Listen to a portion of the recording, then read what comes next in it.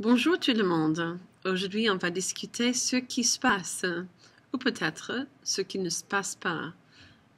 Comment dit-on ça? On utilise le subjonctif. How do we talk about what may or might not happen? We use the subjunctive voice. Pour vous aider, in order to help you, let's think about a wedding. On va penser d'une noce en français. Qu'est-ce qui arrive? Il y a toujours deux personnes et les personnes sont unies par un symbole. Le symbole, c'est une bague. Tout le monde a beaucoup d'émotions. C'est un coup d'émotions ou de sentiments compliqués. Of course, that is what a wedding is. We always have the two people and the union is symbolized by a ring. And there is a complicated rush of emotions. That is what weddings are. So we're going to use the acronym weddings. And the same way that there are two people in a wedding, there are always two parts to our sentences when we use the subjunctive. The thing that unites the two people is a ring. Our ring that's going to come in the middle is this little word que. That's our clause word that we've been using. The subjunctive voice is used with many emotions. That is one of the most important things to remember. That's why we're using the acronym weddings. So I know some of you already have the word weddings written in your notes. W stands for will. So when we use verbs regarding our will, and we have a clause that's introduced with the word que, the following subject and verb will use the subjunctive voice. E stands for emotions. So when we have lots of emotions in the sentences, words that express our emotions, followed by the word que, we're then going to use the subjunctive in the second part of the sentence. We have two D's. The first D stands for doubt. When you express doubt in the first part of a sentence, or in a sentence, the other part is with the subjunctive. When you the next D is for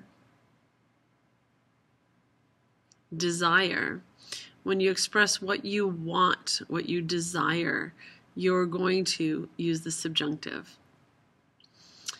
Remember, it's in a sentence that uses the clause word que. You already know you can say things like, I would like some ice cream. There's no clause in there. But if I say, I would like you to arrive at 7 o'clock, I don't know if you will or won't arrive, so I'm going to use que in that sentence. That's the thing that triggers it. Something where my desire or my doubt or my emotions or my will in those examples are then followed with que in the sentence. The I stands for interrogatives. There are several verbs that we'll go over that do not trigger the subjunctive in a regular phrase, but in an interrogative or a question, they will trigger the use of the subjunctive. N is for negatives. This means that there are several negative expressions that we will use, what I think about things, believe about things, and so forth, in the negative that will trigger the use of the subjunctive. G stands for general statements. In this part, you're going to have a whole list of statements that you'll see. You've probably learned a couple of them already in part 1 of this that we are going to use. And last we have S, and S is going to stand for superlatives. So when I'm using the best or the worst and so forth of something, what I think about something in a superlative, I am going to use the subjunctive voice with this. That is what we're going to look more in depth at in the next couple of videos. So let's move along. On y va. W, will. How do we express our will in French? Well, here are some verbs you need to think about. Vouloir. Je veux, je voudrais, vouloir. Souhaiter. Recommander. Ce que je recommande. Peut-être vous allez suivre mes suggestions. Peut-être non. Suggérer. Suggérer aussi, si je fais des suggestions, est-ce que vous allez suivre ces suggestions? Je ne sais pas. Exiger, proposer, demander. En anglais, vouloir, to want, souhaiter, to wish, recommander, to recommend, suggérer, to suggest, exiger, to demand, proposer, to propose, demander, to ask or to ask for.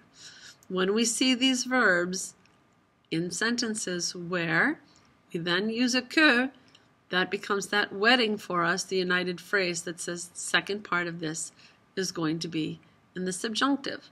So what might be an example? Je voudrais que mes enfants soient sages.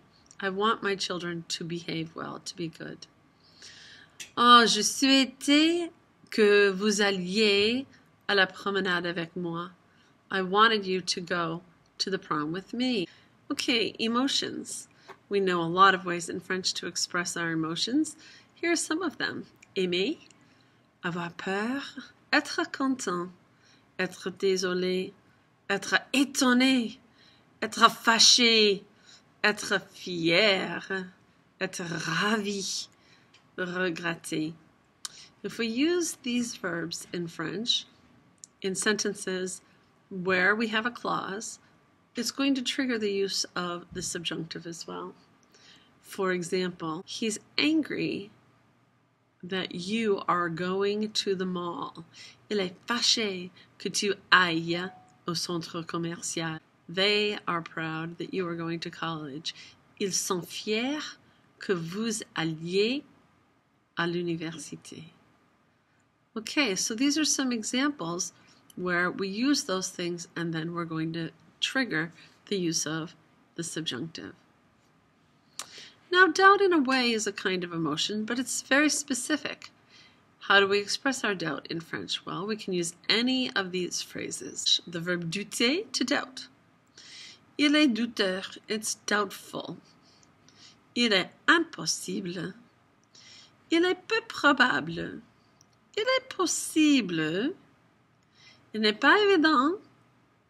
Il n'est pas sûr. Il n'est pas vrai. Il semble. Il se peut que. Of course, all of these will then be followed by the word que. So if I say, I doubt you know the answer. Je doute que tu saches la réponse. It's impossible that you know my sister. Il est impossible que tu connaisses ma sœur. Right? When I use the expressions that are possibilities or doubtful, I don't know for sure if it's going to happen or it might not, then I'm going to end up triggering the use of the subjunctive. Desire. Well, how do we express desire in French? Désirer, aimer mieux, préférer. So, if I say, I prefer that you go at 6 o'clock. Je préfère que tu ailles à 6 heures. I want you to stay home. Je désire que tu restes à la maison. Okay? All of these are ways for me to express what I really want and desire or prefer. All right, interrogatives. There are some verbs, espérer, to hope, croire, to believe, penser, to think, that when we make just general statements like j'espère que tu voyages en France, I hope that you travel to France, je crois que tu es très intelligent, I think that you're very smart. All right, those are just general statements. But when I make them questions and I say, for example, do you think he's very smart? Tu penses qu'il soit très intelligent? I have to change it and use the subjunctive in the question. Est-ce que tu penses que je voyage en France? Do you think that I'm traveling to France? Je ne sais pas, mais j'espère que tu voyages en France. I hope that you will. Present tense. So when we ask the question, we're going to use the subjunctive, and then when we make a statement, we don't have to use the subjunctive. N is for negatives, and negative expressions will do something like say what we think might not be true, or we might not think about something. So if I say, I don't think the meeting is tonight, je ne pense pas que, I'm not sure, right? Je ne pense pas que la réunion soit ce soir. If I know, I think it's tonight, je pense que la réunion est ce soir. I'm really going to use most often I'm going to use the present tense in the affirmative. But if I'm expressing my doubt, I don't think so, then I'm going to go ahead and use the subjunctive. Another example, je trouve qu'elle est très élégante, mais je ne trouve pas qu'elle soit très élégante. Okay, so when I'm thinking it's negative, I'm going to go ahead and put the sentence in the subjunctive. General statements. This is the one that's going to take you the longest to pause and write these down. There are many general statements that are followed by the subjunctive. Please write the following down. À condition que, à moins que, afin que, avant que, bien que, de peur que, sans que, en attendant que, pour que, jusqu'à ce que, pourvu que, quoique, il est bon que, il est nécessaire que, il est possible que, il faut que, il est dommage que, il est essentiel que, il est important que, il est étonnant que, il vaut mieux que, ce n'est pas la peine que, et il est indispensable que. What I want you to do for homework after this video is I want you to look up what each one of those means for yourself so that you get an understanding of not only what they mean, but also it'll help you figure out why the subjunctive is used after them, right? Now, I know that some of these we've used a lot already. Il est bon que, it's good to. On Karthik's poster, number 5. Il est bon que le gouvernement avoue les lois pour sauver la planète. It's good that the government pass laws that save our planet. Il est bon que. So when we have that phrase, right there, number 5, when we have that phrase, of course, it tells us something about what is good. Does it mean that the government passed those laws? Not all the laws we perhaps would like. Some of those general statements you've already been using, so make sure you make a nice chart for yourself, and I'll be checking on that. And last but not least is superlatives. Now, of course, if I say she's the tallest in the class, elle est la plus grande de la classe. It doesn't matter that there's no question about it. She is the tallest. But let's say I'm thinking about it and I say, je pense qu'elle soit la plus grande de la classe. I think that she's the tallest in the class. I'm not sure about it. And so then that little bit of doubt, or she might be the tallest in the class, that's going to trigger for me the use of the subjunctive. So we are going to practice a lot with these, and we're going to use them with more of our vocabulary as we continue along. Merci beaucoup, et vous rappelez, il faut utiliser toutes les expressions générales ici pour les devoirs. À bientôt et au revoir.